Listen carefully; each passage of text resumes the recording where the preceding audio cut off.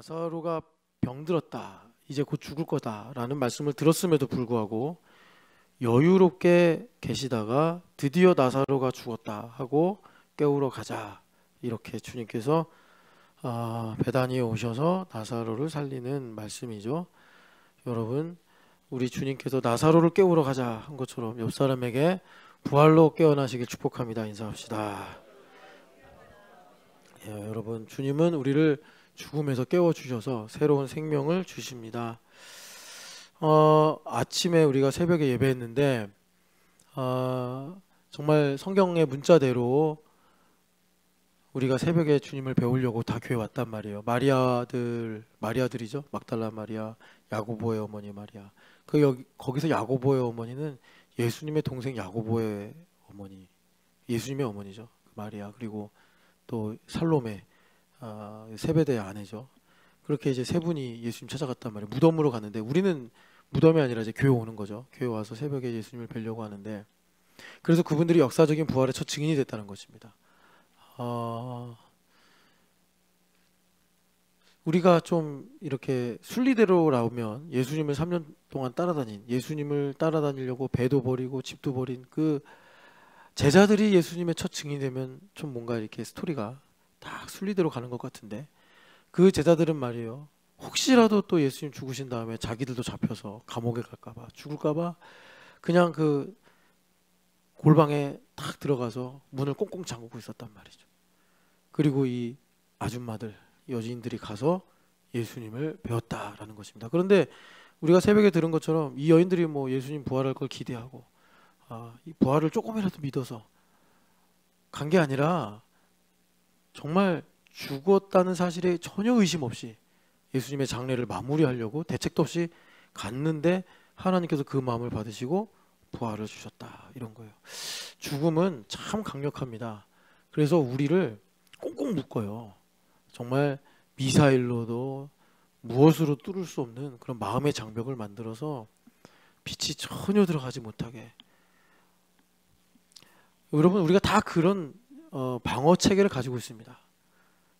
그런데 그게 율법적으로 보면은 나를 보호하는 방어 체계일지 모르지만, 복음적으로 보면 예수님을 가두고 예수님을 꼼짝 못하게 만드는 그런 감옥이 되고 마는 거예요. 그래서 우리가 눈을 딱 열게 되면 더 이상 예수님을 비통하게 하면 안 되는구나, 이렇게 알고 우리 마음의 문을 여는 거죠.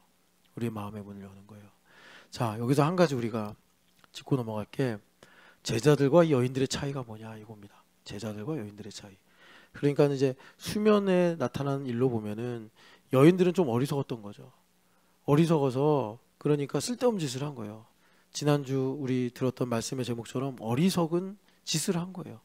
그래서 예수님 그냥 십자가에 달려서 피투성이로 돌아가셨잖아요. 의학적으로 보면은 너무 과다출혈을 해서 심장이 터져서 죽은 거다, 이렇게 의사가 설명해 주더라고요.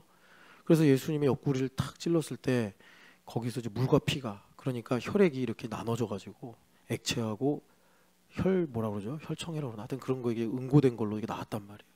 그러니까 예수님께서 그렇게 이제 참 고통스럽게 죽으신 거죠. 그리고서는 해가 져가니까 뭐 장례식을 어떻게 할 수도 없이 그냥 아리마대 요셉의 무덤에 예수님을 모셨단 말이에요. 그러니 이 여인들이 참 죄송한 거예요. 예수님 부활할 거라고 생각을 못하고 장례식을 제대로 못해서 예수님 몸이라도 깨끗하게, 뭐 우리나라로 말하면 염을 하고 고운 상복을 입히고 그렇게 해서 이제 안장을 해야 되는데, 그러지 못하고 그냥 마치 던져 넣듯이 그렇게 그냥 무덤에 놓고 나온 게 너무 죄송해서, 매우 인간적인 마음이죠. 매우 어리석은 마음이에요. 그런데 그 예수님을 사랑하다 못해 뵙고 싶어서, 죽은 예수님이라도. 그래서 이제 무덤으로 갔는데 그게 부활을 맞는 이제 일이 된 거고, 제자들은 너무나 두려워서 그냥 꽁꽁 잠그고 있었던 거예요. 뭐 어떻게 보면 남자들이 여자들보다 비겁하다, 뭐 이렇게 생각할 수도 있고, 또 하나님께서 어떤 연으로 이런 일을 하셨는가 우리가 생각하기 쉬운데, 본질적으로 말하자면 여러분, 여기서 여러분들이 겸손과 교만을 잘 보셨으면 좋겠어요. 그러니까 제자들이 어떻게 보면은 뭐 다 버리고 주님 따랐기 때문에 충분히 예수님을 사랑한다고 할 수 있는데, 그런데도 불구하고 이분들이 그렇게 문을 걸어 잠그고 예수님 부활한다라는 그 예고 말씀도 다 잊어버리고 그냥 마치 두더지처럼 꽁꽁 숨어서 있었단 말이에요. 그게 본질적으로 무엇 때문에 그러냐면 교만 때문에 그런 거라. 교만. 하박국서 2장 4절에 하박국이 헷갈려 하니까 하나님께서 마음이 정직하지 못하고 교만하기 때문이다. 그러니까 정직하지 못하다는 것은 하나님을 위해 이렇습니다. 뭐 하나님 사랑합니다. 그랬는데 사실 이건 의도적으로 내가 속인 건 아닌데 우리가 이 태생이 죄인이기 때문에 내가 모르는 깊은 마음의 어떤 곳에는 여전히 나를 위해 나 중심으로 살고자 하는 그런 게 숨어 있다 이 말이에요. 그런데 우리가 인지를 못하는 거예요. 여기 우리 교회도 이제 여러 심리학자들이 계신데 이분들이 상담을 하면서 사람들의 마음을 살펴보면 내가 모르는 그 두려움, 내가 인지하지 못하는 그 상처로 말미암은 뭔가 분노 이런 게 있어가지고 제가 예전에 아직도 가야 할 길이라고 스카펙 그 박사님이 쓴 책을 봤는데 거기에 이런 사례가 있어요. 그렇게 거미를 무서워한다. 거미 집에 막 요만한 거미만 기어다녀도 막 집을 못 들어가고 포비아처럼 막 정신이 막 혼란스러워지고 그래서 이 여인이 너무 이제 이 거미가 힘드니까 상담을 받은 거예요. 스카펙 박사님한테. 그랬더니 놀라운 게 엄마랑 거미를 동일시하는 거예요. 여러분 혹시 거미 그렇게 무서워하시는 분 계세요? 저는 거미가 익충이래요. 거미가 있으면 바퀴벌레가 없다 뭐 이런 이게 사실인지 풍문인지 모르겠는데 그런 얘기를 들어서 집에 거미가 있으면 야 잘 산다. 그래서 거미 가끔 기어다니거든요. 이렇게 야 바퀴벌레가 없겠다 그런 생각을 하는데 저는 거미보다 바퀴벌레가 더 싫어가지고 근데 그 여인은 엄마랑 거미를 동일시하더래요. 분석을 해보니까. 그러니까 그 여인은 죄 없는 거미를 그렇게 무서워한 거죠. 미워한 건데 알고 보니까 엄마에 관한 상처 때문에 그렇게 싫어하더라. 사실요 여러분 이게 상당히 일리가 있고 또 우리 삶의 반영이에요. 우리가 살면서 누구를 미워하고 누구를 싫어하고 그러는데 제가 이제 내내 말씀드리잖아요. 그 부부지간에 그런 일이 많이 일어나요. 부부지간의 일들은 다 도화선을 건드는 거예요. 사실 뭐 만난 지 얼마나 됐어. 그리고 여러분 이게 다 의학적으로도 밝혀진 거지만 우리 인생의 대부분 90%는 다 어머니 뱃속에서나 아니면은 좀 길게 말하면 뭐 3살, 5살에 다 형성된 데잖아요. 예, 그걸로 인한 반응일 뿐이에요, 다. 그러니까 거미를 무서워하는 이유가 엄마로 인한 상처인 것처럼 제가 살면서 가까운 사람들과 가지는 은원관계들은 다 사실 내 마음의 아픔과 상처로 인한 뭐라 그럴까 표현이고 반응에 불과하다는 것입니다. 그렇듯이 우리가 정말 내 마음은 하나님을 사랑하고 정말 하나님 뜻대로 살고 싶은 건 맞는데 내가 모르는 여기 어디에 그러니까 숨어 있는 거예요. 하나님을 향한 원망, 하나님을 향한 반감, 뭐 이런 죄의 본질적인 것들이. 그래가지고 그것들이 정직하지 못한 이유가 되는 거고 하박국서에 의하면. 그래서 그런 것들이 이제 내 안에 그냥 존재만 하는 게 아니라 내 인격에 영향을 주거든요. 그 영향을 주는 게 뭐냐? 내 맘대로 살겠어 이런 거예요. 그래서 뭐 이제 예를 들자면 안부라잔의 아성이 있어요. 안부라잔의 아성이 뭐냐면 조금 있으면 봐봐요. 이제 2부 예배 딱 맞춰. 그러면 안부라잔이 갑자기 조용히 사라집니다. 그게 안부라잔에게 꿀 같은 시간인데 뭐냐면 낮잠을 자고 온대요. 예. 그래서 그게 너무 자기는 너무 행복하다는 거예요.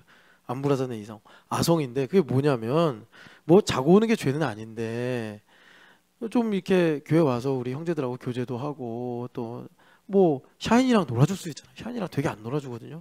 샤인이랑도 놀아주고 아니면은 제이엘 샤인이를 데리고 가면서 니베타 너 마음대로 좀 자매들하고 시간 좀 보내고 놀아라. 왜냐면 니베타는 한 주간 내내 애들한테 푹 빠져 있으니까 얼마나 아름다워요. 그러면 그런데 안부라잔이 이제 하여튼 이제 권리를 행사한단 말이야. 나는 낮잠을 자고 오겠어. 그래서 그거 아무도 못 건드려요. 하나님도 못 건드려요. 하나님도 그거 건들면 큰일 나요. 안부라잔한테 화를 입어요. 그래서 안부라잔이 그렇게 하는데 이제 그런 아웃풋이 왜 나오느냐? 그 교만 때문에 그런 교만. 그 교만이 뭐냐면 뭐 비교하면서 내가 잘난 척하는 그런 어떤 좀 귀여운 교만이 아니고 정말 뿌리 깊은 교만인데 뭐냐? 내 힘으로 살겠다. 나의 삶은 나의 것이다. 이런 거예요. 안부라잔 미안해요. 우리 다 그런 교만 가지고 있어요. 그래서 이거 없으면 죽는다. 막 이런 거 있어요. 우리도 이거 없으면 죽는다. 그게 교만이에요. 그래서 제자들이 문고로 잠그고 숨어 있는 거예요. 그 교만 때문에 문고로 잠그고 숨어 있는 거예요. 근데 이 여인들이 그렇게 부활의 증인이 될 수 있었던 것. 다시 말해서 예수님께서 부활을 믿도록 은혜 주신 거죠. 사실 막달라 마리아도 어떻게 보면 좀 창피한 건데 예수님을 보고도 예수님이 누구신지 몰라가지고 동산지기인 줄 알고 예수님 어디 있는지 좀 가르쳐 주세요. 막 그랬잖아요. 그랬더니 마리아야 하니까 음성을 듣고 주님이시군요 해가지고 라비어, 라보니어 이렇게 고백을 하지 않습니까? 그러니까 우리가 부활신앙을 갖는 것은 딱 하나예요. 겸손만 하면 하나님은 뭐든지 가르쳐 주실 수 있고 뭐든지 우리에게 보여줄 수 있다 이 말이에요. 예수님 부활하신 분이기 때문에. 그러면 이 세 여인이 예수님을 찾아간 그 겸손이 뭐냐 이런 거예요, 여러분. 그러니까 조금 이렇게 말하면 이런 거예요. 강성모 지사님이 이제 하늘나라 갔어. 그래가지고 장례식에 딱 강성모 지사님이 영정에 이렇게 웃고 있어요. 이게 웃고 있어. 그럼 윤지향 지사님 그러는 거예요. 아유, 그냥 좀 더 잘해줄 걸. 그냥 한 번 더 칭찬해 줄 걸. 뭐 또 뭐가 있나? 한 번 더 아침을 잘 차려 줄 걸. 그러다 보면 뭐라고 그러겠어요. 그냥 한 번만 하나님 살아서 이렇게 볼 수만 있다면. 엄청 겸손한 마음이거든요. 그거 엄청 겸손한 마음이에요. 아직 그런 마음이 모르겠다. 그러면 철이 안 든 거고, 그게 뭔지 알겠다. 그럼 좀 철이 든 거예요. 자, 부모님 돌아가셨다 생각해봐요. 부모님.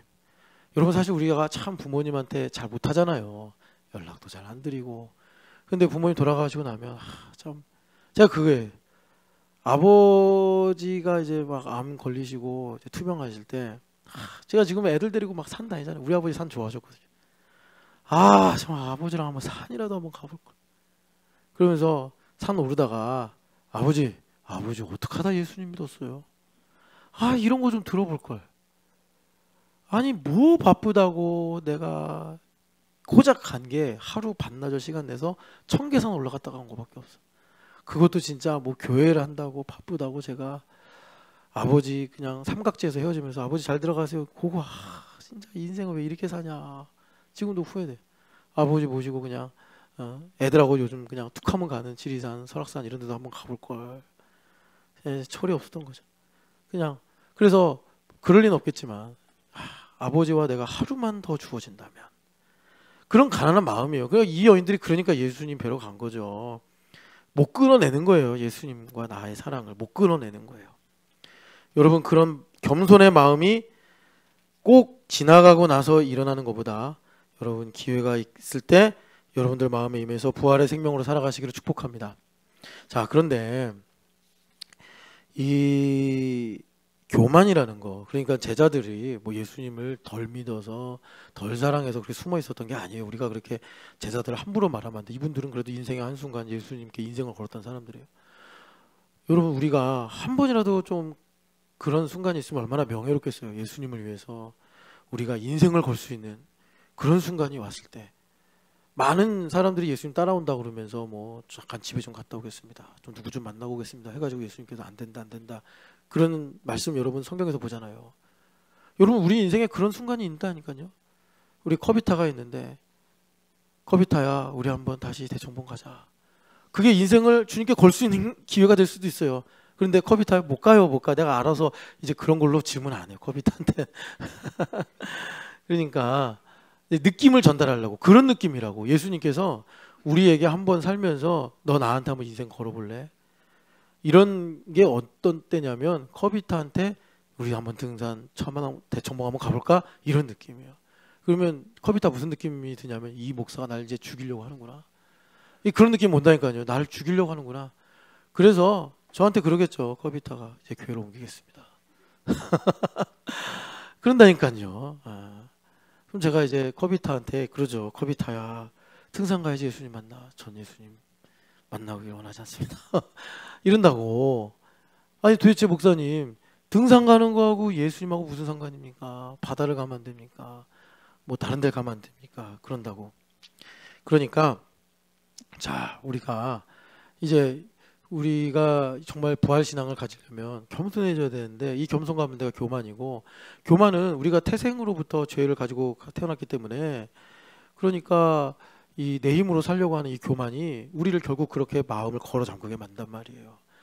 자녀를 향해서 뭐 마음을 걸어 잠그게 만들고 또 뭐 부부끼리라면 서로를 향해서, 부모님을 향해서 마음을 걸어 잠그게 만들고, 또 나에 대해서 걸어 잠그게 만들고, 이제 이러는 거예요. 아까 전에 우리 허우성 집사님이 나는 참 행복한 사람이다라고 기도했던가, 존귀한 사람이라고 기도했던가 그러는데 참 복된 기도예요. 내가 나를 타박한다니까요. 제가 왜 이 기도를 복되다고 생각하냐면, 허우성 집사님이 한번 교회에서 이런 얘기를 했어요. 왜 나만 갖고 그래? 그러니까 이제 그거를 기도하고 회개하면서 극복을 했겠죠. 그러니까 이제 나는 존귀한 사람입니다. 스스로 하나님 앞에서 이렇게 인정을 한 거란 말이에요. 나에 대해서 문을 걸어 잠그고 있어요. 나를 제일 내 자신이 괴롭히는 거예요. 그런데 그런 것들이 다 뭐냐면 교만 때문에, 내 힘으로 살려고 하는 것이기 때문에. 자, 여러분 계시록 14장을 보세요. 계시록 14장을 보면은 여러분, 우리가 사는 시대가 정말 이 말세 아닙니까? 예수님께서 재난의 시작이라 하셨는데 그 재난의 시작의 한 중간 지점쯤에 살고 있는 게 우리예요. 그죠? 뭐 주님께서 하늘을 보고 날씨를 분별하듯이 지진이 일어나고 기근이 일어나고 난리의 소문이 일어나고 전쟁이 일어나고 이러면 이제 너희들이 재난의 시작인 걸 알아라. 지금이 이미 시작이 돼서 중간이에요. 중간. 그죠? 그러니까 우리가 지금 그러면 계시록을 열심히 읽어서 분별력을 가져야겠다 해야 되는데 11절 같이 14장 11절 읽어보겠습니다. 그 고난의 연기가 세세토록 올라가리로다. 짐승과 그의 우상에게 경배하고 그의 이름표를 받는 자는 누구든지 밤낮 쉼을 얻지 못하리라 하더라. 아멘. 여기 보면 짐승과 우상에게 경배하고, 여러분 원수마귀가 이 말씀대로 할 거라는 얘기 아니에요. 그러면 우리한테 경배해라, 안 하면 죽여버린다, 그렇게 할까요? 경배를 하는지도 모르게 하게 만들까요? 당연히 후자죠. 여러분 원수마귀가 우리를 슬픔으로 사로잡을 때 너 슬퍼할래? 이럽니까? 아니다 말이에요. 내가 사인하고 동의하는 줄도 모르고 슬픔에 빠지도록 한단 말이에요. 그래서 내가 원수마귀에게 말하자면 슬픔의 세례를 받고 있는데도 불구하고 내가 슬픈 줄 알아. 뭐 슬픔은 좀 와닿지 않으면 화내는 거, 다 내가 어떤 문제 때문에 화가 난다고 생각하죠? 아니에요. 로마서를 여러분 잘 읽어보면 내가 분노의 종이 돼서 분노라는 영이 시키는 대로 화를 내고 있는 거예요. 나는 하나님의 자녀인데 나의 인생에서는 분노, 뭐 갈등 이런 게 없는데 내가 지금 억울하게 원수마귀의 탈을 뒤집어 쓰고 내가 분노를 막 하고 있는 거예요. 분노를 하고 있는 거예요. 그러니까 원수마귀가 나를 속이는 거죠. 자, 이거 좋은 거야, 사인해. 그럼 너를 행복하게 해줄게. 나는 행복한 줄 알고 사인을 싹 했어요. 뒷면을 보니까 내 전 재산을 다 강탈하고 뭐 신체 포기각서가 있고 막 이런 거예요. 그런 게 죄의 종이 되는 거예요. 원수마귀 그렇게 한다니까요. 그래서 여기도 보면은 경배하게 하고 하는데, 이 경배하는 것을 뭐 우리한테 유치하게 와가지고 너 나한테 경배 안 하면 죽어 이렇게 안 하고, 내가 스스로 성령 하나님께서 우리가 자원하여 하나님의 말씀대로 살게 하듯이 원수마귀도 자원하여 경배하게 만드는 거예요. 그게 세상 일로 염려하고 근심하고 뭐 비방하고 막 이러는 거예요. 그래서 그거를 뭐라고 그러냐면 여기에 그의 이름의 표를 받는 자다 이렇게 말한단 말이에요. 여러분 잘 아시겠지만 이걸 우리가 어려서부터 듣기로 이제 666이다 이러잖아요. 짐승의 수다. 그런데 이게 원조가 있어요. 원조가 누구시냐면 하나님이세요. 그래서 하나님께서 여기 14장에도 위에 보면 이제 14만 4천 명 나오는데, 이 14만 4천 명이 사실은 여러분 그 7장에서부터 나오지 않습니까? 그런데 여러분 성경을 펴셔서 보실 수 있으면은 1절 보면은 이 14만 4천 명이 누구냐? 이 상징수잖아요. 하나님께서 택하신 영혼은 다 하나도 잃어버리지 않고 구원하시겠다 이건데, 그들의 이마에 하나님의 이름이 쓰여져 있다. 마치 제사장이 의관을 딱 입을 때 여기 여호와께 성결이다라고 하나님께서 인쳐주셨듯이 성령 하나님께서 인쳐주신 거예요. 하나님의 이름을 우리에게 인쳐주신 거예요. 그게 거룩이에요. 그래서 어떻게 되느냐, 이 인쳐진 사람들은 자원하여, 그러니까 하나님의 말씀을 듣고 뜻대로 행동하는 그런 생명을 가지게 되는 거예요. 그런데 이게 그러니까 원수마귀가 도저히 뺏어갈 수 없는 완벽한 구원의 섭리예요. 하나님께서 인쳐주시는 거. 그래서 원수마귀도 여러분들 집에 가서 나중에 읽어봐요. 13장 보면은 어떻게 그 미혹을 하냐면 그들도 똑같이 짐승의 수를 우리 이마에 인쳐주신다 이거예요. 인쳐주신다가 아니지 인치는 거예요. 그래서 그러니까 우리가 자 하나님 뜻대로 행하는 것도 그냥 내가 행하게 되는 거예요. 그래가지고 나중에 여러분 마태복음 25장에 우리가 자주 보잖아요. 예수님께서 오셔서 너가 이렇게 했잖아 하니까 그런 적이 없는데요. 왜? 나도 모르게 한 거예요. 나도 모르게. 원수마귀가 이걸 너무나 잘 알아서 우리가 하나님을 대적하게 만들려면 나도 모르게 대적하게 하는 거예요. 나는 지금 이거에 사로잡혀서 이것만 보고 있는데 이거 말고 다 가져가는 거예요. 원수마귀가. 그래서 하나님을 대적하는 이런, 그러니까 뭐 말하자면 전투에선 지는데 전쟁에선 이기는 이런 수를 쓰는 거예요. 그래서 그런 게 뭐냐? 이름의 표를 받게 한다. 그래서 말하자면 우리가 성령 세례를 받아야 되는데 귀신에게 세례를 받으면 어떤 증상이 나오느냐? 여기 보니까 안식이 없다, 쉼이 없다 이렇게 말씀한다고. 그러니까 여기서 안식을 못하는 이유가 뭐냐면 교만 때문이거든요. 교만. 그래서 여러분 우리가 안식하는 그 유일한 방법은 아까 전에 우리가 살펴본 대로 겸손이에요. 겸손은 다른 말로 예수님을 주인이라 말하는 거고, 예수님을 주인으로 말하는 건 앵무새처럼 예수님은 주인이십니다, 예수님은 주인이십니다 이거는 게 아니라 은혜를 아는 거예요. 그렇지 않습니까? 은혜를 아니까 예수님을 주인이라고 그러지, 귀뚫린 종의 이야기처럼. 그래서 여러분 안식해야 돼, 안식. 그래서 밤낮 쉼을 얻지 못하리라. 이건 뭐냐면 죽음을 두려워하여 한평생 죽음이 시키는 대로 염려하고 걱정하고 낙심하고 부정하고, 자기를 부정하는 거예요. 막 나는 나쁜 사람이야, 난 실패했어 막 이러는 거예요. 그래서 죽음의 종로로 타는 게 안식하지 못하는 거예요. 그래서 여러분 히브리서 4장을 가보서 보세요. 그래서 우리 예수님은 히브리서 4장 10절 11절 같이 읽어보겠습니다. 이미 그의 안식에 들어간 자는 하나님이 자기의 일을 쉬신과 같이 그도 자기의 일을 쉬느니라. 그러므로 우리가 저 안식에 들어가기를 힘쓸지니 이는 누구든지 저 순종하지 아니하는 본에 빠지지 않게 하려 함이라. 아멘. 자, 봐봐요. 여러분 우리는 신촌연합교회잖아요. 신촌연합교회가 가나안 땅이란 말이에요. 그래서 우리는 이미 안식에 들어간 사람이에요. 자, 안식에 들어갔기 때문에 우리는 그 믿음을 가지고 어떻게 해야 된다는 거예요? 안식에 들어가기를 힘쓰는 거예요. 우린 이미 성전이기 때문에 성전으로 지어져 가기를 힘쓰듯이 우린 이미 완전한 안식에 들어와 있기 때문에 우리는 안식에 들어가기를 힘쓰는 거란 말이에요. 그래서 여기 보면은 안식에 들어간 사람은 하나님께서 자기의 일을 쉬신 것 같이, 창세기 2장의 말씀이죠. 우리도 자기의 일을 쉰다. 그러니까 무슨 말이에요?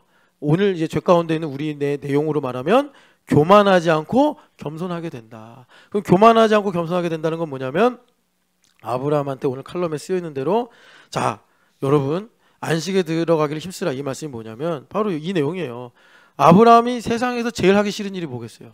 여러분 창세기 읽어봐요. 아브라함이 하기 제일 싫은 일이 뭐겠어요? 뭐 예배 10번 드리는 거, 뭐 1000만 번 드리는 거겠어요? 뭐 하나님께서 또 어디로 모르는 땅으로 가라 이런 거겠어요? 아니요, 그런 거 얼마든지 해. 아브라함이 제일 하기 싫은 게 뭐겠어요? 독자 이삭을 바치는 거예요. 독자 이삭을. 예. 독자 이삭을 바치는 거예요. 제일 하기 싫은 일을 시켜 하나님께서. 왜 그런 거죠? 안식하게 하시려고 하는 거예요. 여러분 이 비밀을 깨달으시기를 축복합니다. 겸손은 뭐냐면 여러분 예수님 제일 하기 싫은 일이 뭐였어요? 십자가에 달리시는 거예요. 그거 우리가 어떻게 알아요? 겟세마네 동산 기도를 엿들어 보니까 아버지, 예수님 한 번도 그런 적이 없잖아요. 예수님께서 하늘 보좌 버리고 이 땅에 오실 때 아버지 이 잔을 내게서 옮겨주소서 그랬어요? 안 그러셨어요. 예수님께서 제자들 말 안 들을 때 아버지 이 잔을 옮겨주소서 그랬어요? 안 그랬어요.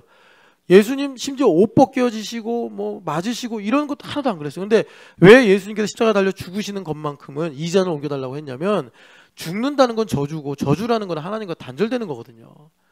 예수님께서 제일 하기 싫은 일이에요. 아브라함이 이삭을 바치는 거 제일 싫어하는 것처럼, 그러니까 제일 싫어한다라고 할 수도 있고 할 수 없는 일이라고도 할 수 있어요. 근데 예수님도 그러신 거예요. 그런데 여러분 예수님께서 그 일을 요구받으셨고 아버지 뜻대로 하옵소서라고 했지 않습니까? 예수님 겸손하신 거예요. 그래서 안식하신 거예요. 안식하신 건 뭐예요? 아버지 뜻대로 되어지도록 하나님께 동의를 드린 거예요.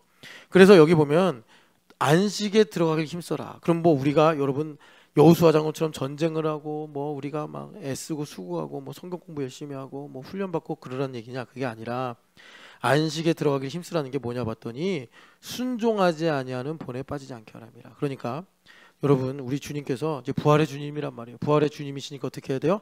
주님은 신령기 죽을 때까지 기다려야 돼. 이러신다고. 예. 아까 저 신집사님이 그래요. 저 무진사로 가도 됩니까? 아, 가십시오. 사실 가면 죽는 길인데 전 죽으라고 가라고 하는 거예요. 이제 이게 죽는다는 게 고생하고 힘들다 그게 아니라 이제 부활에 이르게 된다 이제 이런 말이에요. 근데 부활에 이르려면 여러분 부활이라는 것에 아나스타시스 다시 붙자. 그러니까 다시 사는 거니 죽어야 된단 말이에요. 죽어야 되는 거예요. 그러니까 여러분 우리가 육체적으로도 한번 죽어야 되지만 우리 삶에서 날마다 죽노라 이 말씀이 이루어지는 거란 말이에요. 그래서 죽어야 되는데 죽는 게 순종하는 거란 말이에요. 그런데 여러분 순종하지 못하게 만드는 문제가 있다는 거죠. 여기 본에 빠지지 않게 하려면. 그게 뭐예요? 우리가 앞서 4장 1절부터 읽어보면 아니 가나안에 기껏 들어가라고 그랬더니 말이죠. 그 홍해를 건너고 10가지 재앙을 받던 그 광야 1세대가 못 들어간다고 그래가지고 결국 광야에서 다 죽었지 않습니까? 그걸 지금 우리에게 상기시키시면서 너희가 이 본에 빠지면 안 돼 이러시는 거예요. 그러면 그들이 왜 못 들어간 거예요? 웃긴다니까요. 그날 아침에도 만나 먹은 사람들이에요. 그날 아침에도 목마르면 반석에서 흘러나오는 샘물 마신 사람들이에요. 아니 다 기적을 경험해요. 우리가 지금 이렇게 예배하는 것도 기적이에요. 부활주의를 하는 것도 기적이에요. 여러분들 지금까지 살아오면서 여러분들이 막 원망하고 불평하면서 다 쓸데없어 다 쓸모없어 막 에라 모르겠다 막 그런지 모르겠지만 여러분 사실 다 은혜고 감사해요. 여러분 우리가 뭐 애써서 노력해서 지키는 거 하나도 없어요. 다 감사라고. 그런데도 불구하고 우리가 이 순종하지 않은 본에 빠지기 쉽단 말이에요. 우리가 생각할 때 광야 1세대가 어떻게 그럴 수가 있어? 아니 홍해를 건넌 사람들이 어떻게 그 가나안 땅에 들어가라는 하나님 말씀을 무시하고 불순종해가지고 말이에요. 모세 은인 아닙니까? 아니 출애굽할 때 그들이 무슨 뭐 싸움을 하나 했습니까? 뭐 입장료를 했습니까? 아무것도 하지 않고 그냥 무임승차했어요. 누구 때문에? 누구 덕에? 모세 때문에. 그런데 말이에요. 모세가 약속한 대로 하나님의 약속대로 이제 가나안 땅 들어가자 했더니 모세를 죽이겠다고 막 돌든 사람들 이게 우리 심성이에요. 이게 순종하지 않은 본이에요. 그러니까 여러분 어떻게 보면 그분들은 양반이에요. 왜냐하면 그냥 끼케야 죽이는 거 모세 죽을 뻔한 거 모세니까. 근데 우리는요 이게 무서운 거예요. 예수님을 죽인다니까 우리가. 여러분 나중에 예수님 앞에 가서 제가 언제 그랬어요? 그런다고 또 여러분 마태복음 25장 그 양과 염소의 이야기 보면 양들도 제가 언제 그랬어요? 그런데 염소들도 제가 언제 그랬어요? 그런다고. 제가 언제 예수님 죽이려고 그랬어요? 제가 언제 예수님을 외면했고 제가 언제 예수님을 문전박대했습니까? 그런데 여러분 우리가 그 백보자 심판 받지 않습니까? 거기에 보면 행위록이 다 지나간대잖아요. 세상에 내가 그런 극악무도한 일을 하면서도 내가 모르고 살았네. 그런다고. 그러니까 주님께서 이렇게 순종하지 아니하는 본에 빠지지 않게 하려면 안식에 들어가기를 힘써라. 그럼 왜 우리가 이런 순종하지 않은 본에 빠지느냐? 왜 우리가 안식에 못 들어가느냐? 이미 주님께서 교회에다가 갖다 놨는데도 왜 우리가 안식에 못 들어가느냐? 내 마음의 교만 때문에. 죄의 본질인 내 힘으로 살려고 하는 그 문제 때문에 우리가 이제 수면 위로 보면 뭐 이게 문제고 저게 문제고 저래서 안 되고 이래서 안 되고 이렇게 말하지만 결국은 내 힘으로 살려는 하와처럼 내가 하나님처럼 되고 있겠어. 내가 하나님이야! 이러는 것 때문에 우리가 결국은 거역하더라. 사무엘 선지자가 말한 대로 그렇게 되더라라는 거예요. 그래서 우리 주님께서 어떻게 하는 거예요? 자 12절 보십시다. 12절 13절 같이 읽어보겠습니다. 하나님의 말씀은 살아있고 활력이 있어 좌우에 날선 어떤 검보다도 예리하여 혼과 영과 및 관절과 골수를 찔러 쪼개기까지 하며 또 마음의 생각과 뜻을 판단하나니 지으신 것이 하나도 그 앞에 나타나지 않음이 없고 우리의 결산을 받으실 이의 눈앞에 만물이 벌거벗은 것 같이 드러나느니라. 아멘. 자 여러분 여기 봐봐요. 13절에 만물이 벌거벗은 것 같이 드러난다. 이건 뭐냐면 하나님께서 만물을 통치하신다 이거예요. 그러니까 이 만물을 통치하신다는 것을 영광으로 보여주시기를 바다가 딱 있는데 이사야서 10장의 말씀처럼 배를 타고 바다의 부가 하나님께 예배하기 위해 오는 거예요. 그게 똑같은 말씀이에요. 만물이 벌거벗은 것 같이 드러난다. 그러니까 만물이 뭔가를 지금 이제 뒤집어 쓰고 있는 거 아닙니까? 그게 뭐냐면 인간이 죄를 지어가지고 이 만물도 똑같이 죄의 올무에 갇혀서 지금 신음하고 있는 상태인데 하나님께서 그런 것들을 모두 다 이제 우리가 예배하고 영광 돌릴 때 제거하시고 만물이 하나님 지으신 그대로 하나님을 찬양하고 영광을 돌리기 위해서 반응한다. 이게 벌거벗은 것 같이 나타난다 이거예요. 그런데 이 일이 그냥 따로 똑 떨어져서 독립적으로 있는 일이 아니라 12절과 연결되어 있다고. 12절과 뭐와 연결되어 있느냐? 하나님의 말씀이 살아있어서 어떤 일을 하냐면 영과 혼과 관절 골수를 찔러 쪼개는 거하고 연결되어 있다는 거예요. 자, 우리 모픽처스 김이 아니라 강성모 집사님이 요즘도 그렇게 기도해요. 모픽처스의 주인은 하나님이십니다. 요즘에 안 해. 옛날에 우리 예배할 때 맨날 했잖아. 옛날에 제가 한 몇 년을 갔거든요. 모픽처스에. 그럼 제가 감동을 받은 게 있어요. 강성모 집사님이 이제 대표 기도를 하면 항상 그랬어요. 모픽처스의 주인은 하나님이십니다. 그랬는데 이제 10년 정도 넘어가니까 까먹으면 안 돼. 지금도 계속 모픽처스의 주인은 하나님이십니다. 그래야 된다고. 그래가지고 그렇게 되면 어떻게 되냐. 모픽처스가 벌거벗은 것 같이 다 하나님 앞에 나타나 하나님 나를 통해 영광을 받아 주시옵소서 그런단 말이에요. 그런데 그게 무엇과 비례하느냐. 강성모 집사님 하나님께서 이 메스보다 날카로운 예리한 검으로 영과 혼과 관절 골수를 찔러 쪼개서 뭘 찾으시려고 하는 거냐. 여기 마음과 생각과 뜻을 판단하신다 그러는데 뭘 찾으시는 거냐면 아까 전에 말한 그 교만 덩어리 강성모 집사님이 내 거다라고 말하는 그 죄의 바이러스 그걸 주님께서 찾아내시는 거예요. 그래서 강성모 집사님이 살아가면서 할머니의 은혜도 고백하고 부모님의 은혜도 고백하고 또 가족의 은혜도 고백하고 아내의 은혜도 고백하고 교회의 은혜도 고백하고 동료들의 은혜도 고백하고 다 하나님의 은혜구나. 그 교만이라는 바이러스가 하나하나 제거되면 바울 사도가 눈이 열려 한 것처럼 내 눈이 열려서 다 고마워 보여. 다 감사하게 보여. 네. 여러분 있잖아요. 참 그래요. 이게 그러니까 저도 설명하는데 한계가 있어서 그런데 제 아버지가 돌아가셨잖아요. 돌아가시고 나면 그게 끝이 아니더라고. 돌아가셔서도 계속 말씀해. 그런데 미워하고 서러워하고 막 이러는 게 아니라 좋은 것들이 계속 생각나요. 묵상이 되고. 그러니까 무슨 말이냐면 우리가 죽음이란 관문을 넘어가면 마치 이 물리적인 죽음이 우리 인생에 내가 철을 들게 하듯이 삶의 어떤 이 깊이를 더하듯이 하나님께서 새로운 관문을 열어주셔서 나의 삶에 하나님의 뜻이 무엇인지 다시 말해 은혜가 무엇인지를 알게 하시더라. 내가 죽으면 하나님의 은혜를 알게 하시더라. 그래서 여러분 호세아서는요. 지금 여기서 이제 우리가 읽진 않지만 그 나중에 집에 가서 찾아보세요. 부활장의 결론이 뭐냐면 사망아 너의 승리가 어디 있느냐. 사망아 너의 쏘는 것이 어디 있느냐. 이렇게 부활의 믿음을 갖고 사도 바울이 담대하게 외치는데 사실 그 사망아 너의 승리가 어디 있느냐.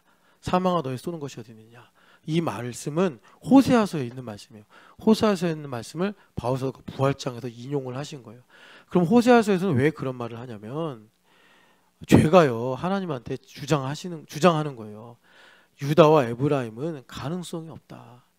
얘네들은 이렇게 그러니까 죄의 종들이다 하면서 도저히 희망이 없다. 이렇게 이제 사망이 주장하는 거예요. 거기에 대해서 하나님께서 아니다. 뭐 말하자면 여인이 아기를 낳은 여인이 어떻게 이 아기를 잊겠느냐. 주님이 그렇게 자기의 심정을 토로하시면서 내가 유다를 다시 살릴 거고 에브라임을 다시 살릴 것이다 라고 말씀하시는데 그 근거가 뭐냐면 하나님의 사랑 하나밖에 없어요. 어리석은 사랑. 아니 값어치가 좀 비슷해야지 값을 치를 만하지. 예수님하고 나하고 어떻게 비교가 됩니까? 그런데 하나님은 우리를 사랑하셔서 정말 낭비를 하신 거예요. 낭비를. 아니 내가 사랑받을 자격이 있냐고. 하나님께 멸망받을 죄인인데 아니 나를 사시려면 나만큼보다 조금 높은 값만 치르시면 되는데 하늘을 걸고 예수님을 이 땅에 보내셔서 그분을 죽이셔서 나 같은 놈을 살리셨으니 야 정말 찬양의 가사처럼 하늘을 두루마리 삼고 강물 바다를 먹물 삼아도 이걸 기록할 수 없는 거예요. 그 영적인 감각, 그 은혜라는 감각이 없어지면 차라리 그냥 죽는 게 나아요. 근데 여러분 죽음을 함부로 말하면 안 돼. 제가 지금 말하는 거는 은혜가 그만큼 중요하다라는 것입니다. 그러니까 무슨 말이냐면 우리 하나님께서 그렇게 나를 사랑하셔서 주님 그러시잖아요. 호세아서에 보면 에브라임아 내가 너를 어떻게 하랴. 유다야 내가 너를 어떻게 하랴. 왜냐하면 이러는 거예요. 조금만 좋으면 하나님 사랑합니다. 그러니까 조금만 안 좋으면 하나님도 뭐가 없어. 이게 우리 체질이에요. 그러니까 주님께서 얘를 어떻게 하랴. 얘를 어떻게 하랴. 그러시는데 주님께서 어떤 맹세를 하시냐면 우리를 향해서 내가 끝없는 사랑을 부어가지고 얘를 내 걸로 만들 거야. 이러시는 거예요. 주님께서. 그래서 호세아서에서 무슨 말씀을 하냐면 사망아 네가 그래서 어쩔 건데 너가 너의 승리가 어디 있느냐. 너의 승리라는 것은 이제 사망이 엄태우를 가지고 얘는 내 거다. 얘는 까도 양파처럼 죄밖에 없다. 막 이러면서 호세아에서 호언장담을 하는데 하나님께서 아니다. 너가 까도 죄밖에 없다고 하지만 나는 끝까지 얘를 포기하지 않고 한량없는 긍휼을 쏟아 부어가지고 루하마를 루하마로 바꾸겠고 암미를 암미가 되게 할 거야. 하나님께서 그렇게 말씀하시는 거예요. 그래서 우리가 담대하게 사망아 너의 승리가 어디 있느냐 이렇게 말씀할 수 있는 거예요.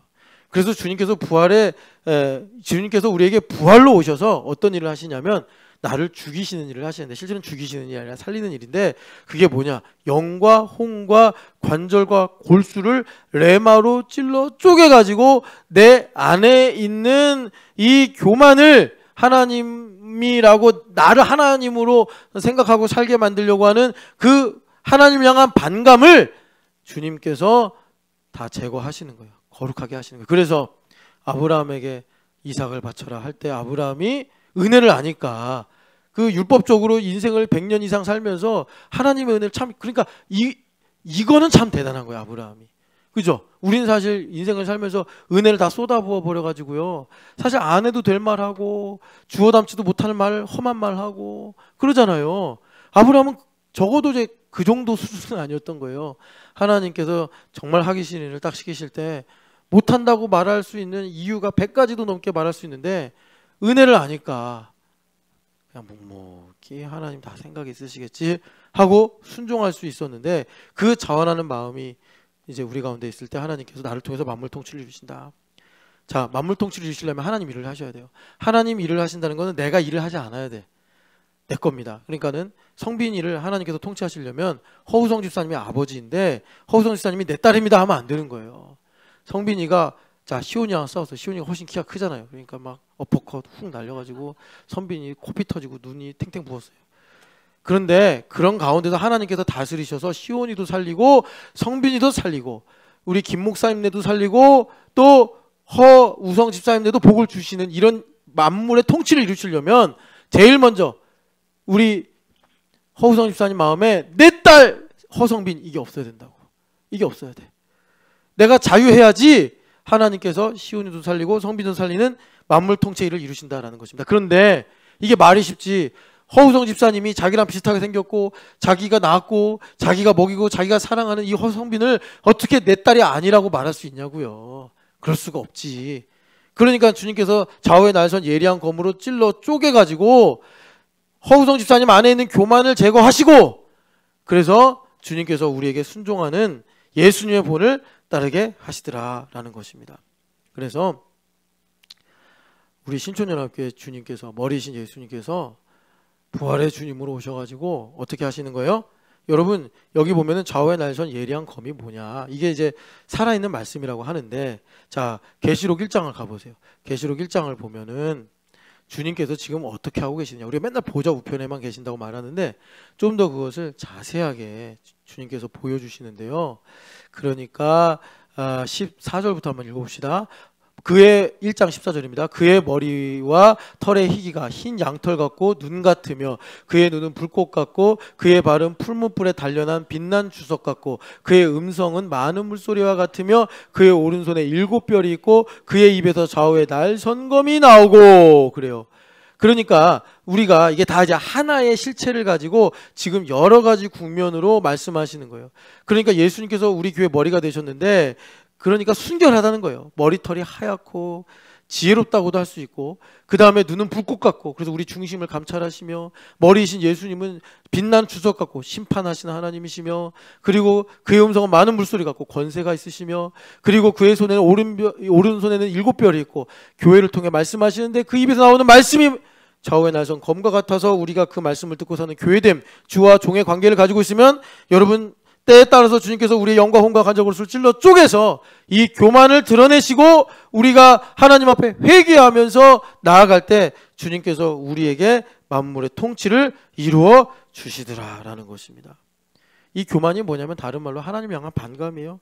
하나님 향한 반감은 뭐냐? 이거는 똑같아요. 하나님 향한 반감은 세상과 세상을 사랑하는 마음이다. 그래서 세상과 세상을 사랑하는 마음이 있으면 그 안에 아버지의 사랑이 없다. 세상을 사랑하는 마음 무엇이냐? 육신의 정욕, 이생의 자랑, 육신의 안목의 정욕이다. 요한일서에서 말씀하잖아요.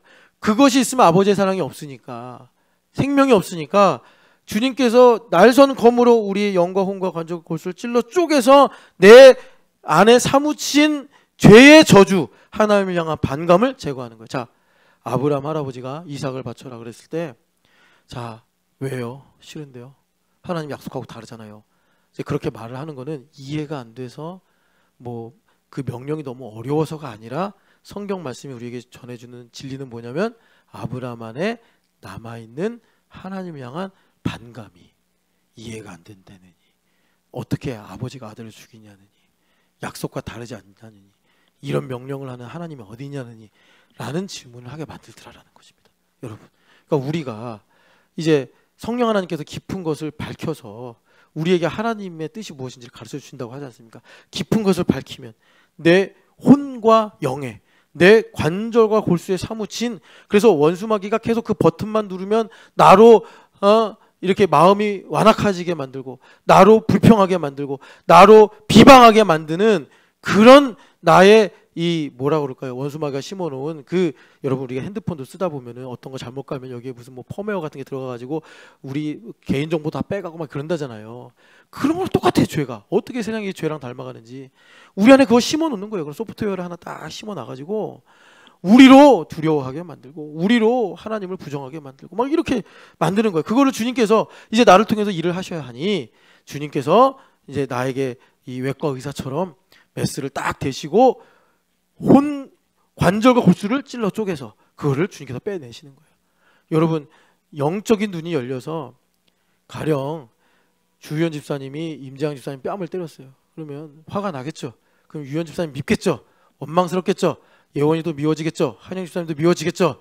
아, 그러다 보면 이제 이 교회를 다니지 말아야겠다. 여기까지 갈 수 있겠죠. 그런데 내가 영 안이 열려서 하나님 중심으로 생각하면, 이 주유연 언니가 나의 뺨을 때린 일로 내 안에 있는 하나님 향한 반감을 드러내게 하시는구나. 우리 하나님은 유연 언니도, 내 뺨을 때린 유연 언니도 사랑하시지. 그러니까 여러분 잘 봐봐요. 이제 수면 위로만 생각합시다. 임지양 집사님이 자기 뺨을 때린 주연 집사님을 사랑으로 영접하는 게, 인정하고 용서하는 게 임지양 집사님의 인생의 득이겠습니까? 주연 집사님을 배제해버리고 저 사람이 없는 교회를 다니든지 저 사람이 나와 부딪히지 않는 삶을 살아야겠다고 하는 게 인생의 행복이겠습니까? 우리가 하나님 중심으로 생각을 해보자고요. 그래서 주님께서 이러한 모든 일들로 우리의 안에 있는 이 반감을 제거하시고서, 그래서 우리를 통해, 그러니까 신명기 약속하신 만물의 통치를 이루어 주시더라라는 것입니다. 여러분, 어쩔 수 없는 게 이 125-27번지는요 다른 말로 만물 통치예요. 만물 통치. 이건 진짜 우리가 혹시라도 내가 영광을 취할까 봐 얘기를 안 하는 건데, 우리 자신이 정말, 여러분 하나님의, 오늘도 이제 20일이 무슨 날이냐면, 아니다, 이제 마지막 주구나. 마지막 주가 무슨 날이냐면 월세 내는 날이, 우리 교회 월세 내는 날. 여러분, 이거 하나님 하시는 거예요. 진짜 우리가 눈이 열려서 그 신명기 29장의 말씀처럼 너희들에게 깨닫는 마음을 주고 듣는 귀를 주고 보는 눈을 열어주어서 그동안 40년 동안 신발이 뒤창에 안 달았대요. 그리고 옷에 구멍이 안 났대요. 놀라운 일 아니에요. 근데 더 놀라운 건 이걸 은혜인 줄 모르고 살았대요. 우리가 아침이면, 아까도 이제 우리 홍성원 자매 마침 오셨길래, 홍성원 자매 건강하시죠? 제 얼굴이 그렇게 보이나요? 좀 건강하시죠? 그럼 하이파이브를 하듯이 네 건강합니다. 하지만 제가 어디가 아프고 이것이 아프고 이렇게 하고, 이렇게 얘기하면 딱 좋겠는데, 건강하시죠? 할렐루야, 얼굴이 참 보기 좋네요. 그랬더니 제가 건강해 보이나요? 웃으면서, 그래서 그래도 반은 왔다 이렇게 생각을 했는데, 그러니까 제가 가끔 믿음이 약해지면 이럴 때가 있어요. 어떤 사람이 갑자기 목사님 행복하세요? 그러면 갑자기 부하같이 치밀어 오르는 거예요. 내가 행복할 것 같아? 너가 나로 살아봤어? 막 이렇게 막 화가 나는 거예요. 행복하시죠? 이런 말을 하는 게. 네가 뭘 알아 지금? 막 이러면서. 근데 이제 그 홍성원 자매의 마음도 그런 거죠. 행복하시죠? 건강하시죠?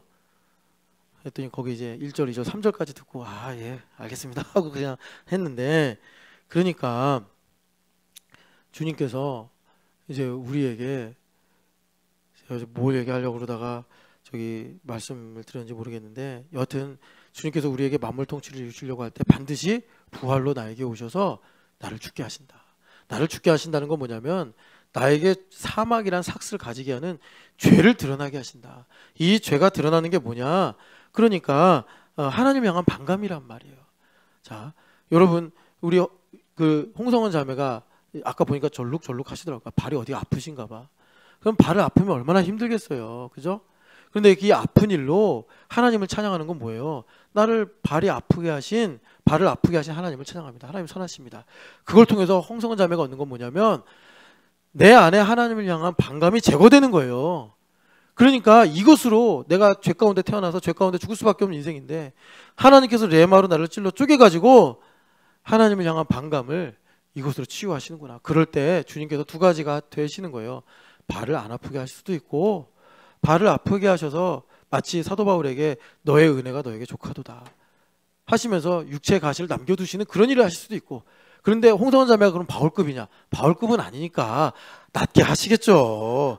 홍성원 자매 안에. 그리고 뭘 하시겠어요? 하나님께서 만물 통치를 이루셔서 자 만물 통치를 이룬다는 게 뭐예요? 하나님께서 나의 삶에 포도원 주시고 감람원 주신다는 건데 내 안에 하나님 향한 반감이 있으면 어떤 일이 생기냐면 포도원을 사랑하고 감람원을 사랑해. 그래서 놀랍게도 홍성원 자매가 포도원과 감람원을 소유하고 나서 뭐라 그러냐면 내 힘으로 얻었지 이런 말을 한다고요. 신명기 8장에 보면 너가 나중에 네 능력으로 이걸 얻었다 하여 어떻게 된다는 거예요? 하나님과 멀어지게 된다. 하나님께서는 우리 신촌여학교회를 125-17번지라는 교회로 두셔가지고 만물 통치를 계속 10년 동안 여러분들이 알든 모르든 계속 신실하게 이루어 가셨고 말씀하고 지키신단 말이에요. 우리 신촌여학교회 특별히 여러분 우리 교회가 언제 한번 작정하고 하나님 월세 내게 해주세요 그렇게 기도한 적 있어요?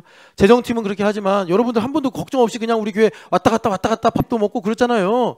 그런데 이런 일들을 통해서 주님께서 우리에게 눈을 열어주셔서 아 우리 신촌여학교회 하나님께서 이렇게 중요하게 생각하신 게 만물통치구나. 그래서 만물통치를 해가지고 그러니까 이제 영혼들도 구령하고 여러분들 통해 영광을 받으시길 원하시는 거예요. 그 일을 하려면 부활이신 예수님께서 오셔가지고 어떻게 해야 되느냐. 신영기 죽어야 돼. 주연 죽어야 돼. 이러시고 계신다고. 엄태우 죽어야 돼. 왜? 죽어야 다시 사니까. 그 죽는다는 게 뭐냐면 아까 말씀드린 대로 관절과 골수에 숨어있는 내 힘으로 살려고 하는 두려움들, 반감들, 불평들, 원망들, 슬픔들, 세상을 사랑하는 마음들 그게 제거돼야 된단 말이에요. 그래야지 우리가 포도원과 감람원을 보고 바다로부터 하나님께 영광 돌리러 오는 그 만물을 보면서 하나도 우리가 남김없이 하나님께 영광을 돌리는 복된 삶을 살게 되더라라는 것입니다. 그런데 여러분 기억하세요.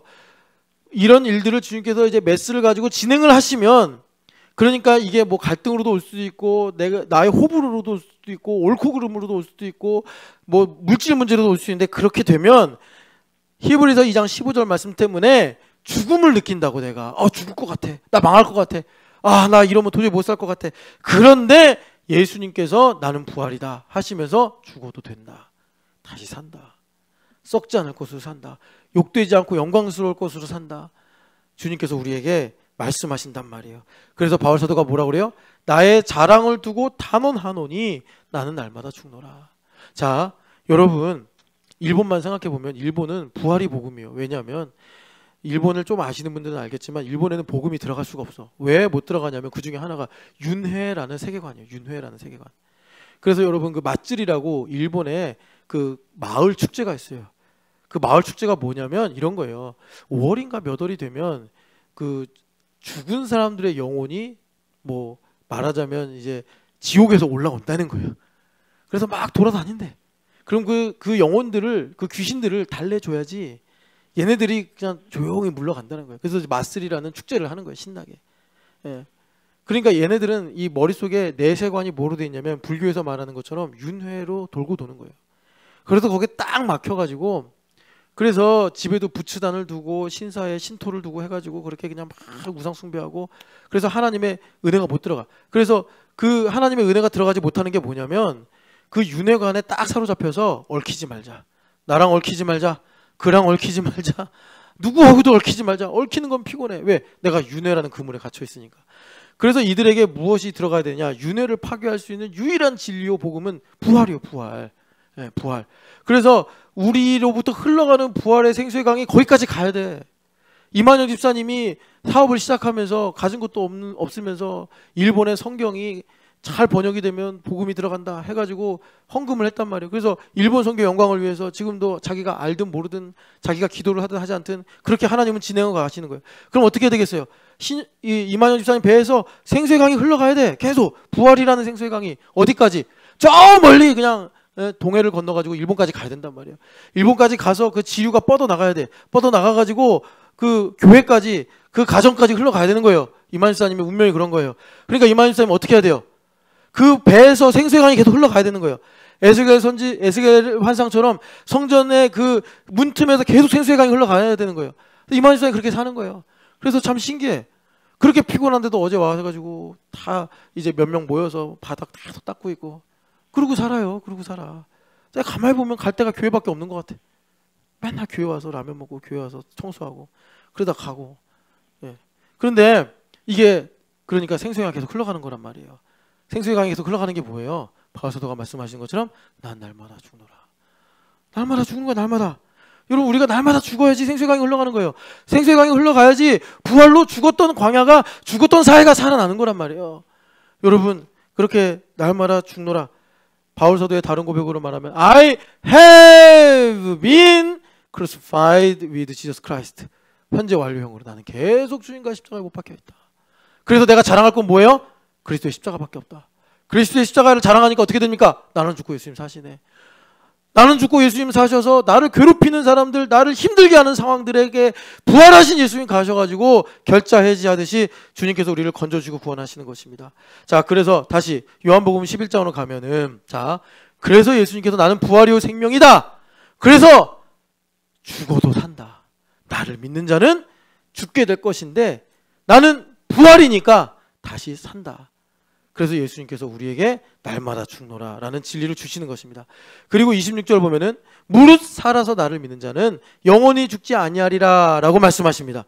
여러분 이 말씀은 무슨 뜻이냐면 앞에 죽어도 살겠고를 강조하는 거예요. 그래서 영어 성경 보면 never die, 결코 죽지 않는다. 죽을 것 같지. 죽을 것 같지. 제가 우리 애들하고 서울랜드를 가서 그래도 주말 캠프 아이들이니까 한번 얘네들하고 하나가 돼야겠다. 그래서 바이킹을 3번 탔어요. 그랬더니 막 머리가 어질어질거리고. 와, 근데 이샘이 대단해요. 이샘이도 되게 무서운데 제 옆에 앉았어요. 목사님 손 잡아줄까? 손을 잡더라고. 근데 손을 잡는데 진짜 이렇게 떨어. 그럼 이샘아 무서우면 내려도 돼. 안 내린대. 아, 이게 멤버십이 강해. 교회됨을 지키려고 바이킹을 3번 탔어요. 이샘이도 내 옆에서. 근데 저도 3번 타고 도저히 못하겠다. 어질어질거리는데 애들이 목사님 롤러코스터를 타야 됩니다. 그래 타자. 그래서 롤러코스터 탔다가 운전을 못할 뻔했어요. 너무 어지러워가지고. 여러분 주님께서 그러십니다. 네버 다이, 죽지 않는다. 여러분 꼭 죽을 것 같아. 롤러코스터 타는 것 같아. 정말 바이킹 3번 타는 이세미처럼 벌벌 떨어. 이세마 내려도 돼. 자기는 탈 거라고. 와, 자존심이 엄청 세요. 그런데 주님 말씀하신 거예요. 무릇 결코 죽지 않는다. 결코 죽지 않는다. 주님께서 우리에게 말씀하십니다. 여러분 마귀는 와서 죽는다고 그래. 너 거기 가면 죽는다. 너 그거 하면 죽는다. 너 이렇게 하면 너 죽는다. 그런데 예수님은 아니, 결코 죽지 않는다. 나는 부활이기 때문이다. 여러분 사망에게 담대하게 여러분 선포하시면서 믿음으로 만물을 하나님 나라로 상속받으시기를 축복합니다. 우리 같이 기도하겠습니다. 하나님 부활 신앙을 가질 수 있도록 나를 겸손케 하여 주시옵소서.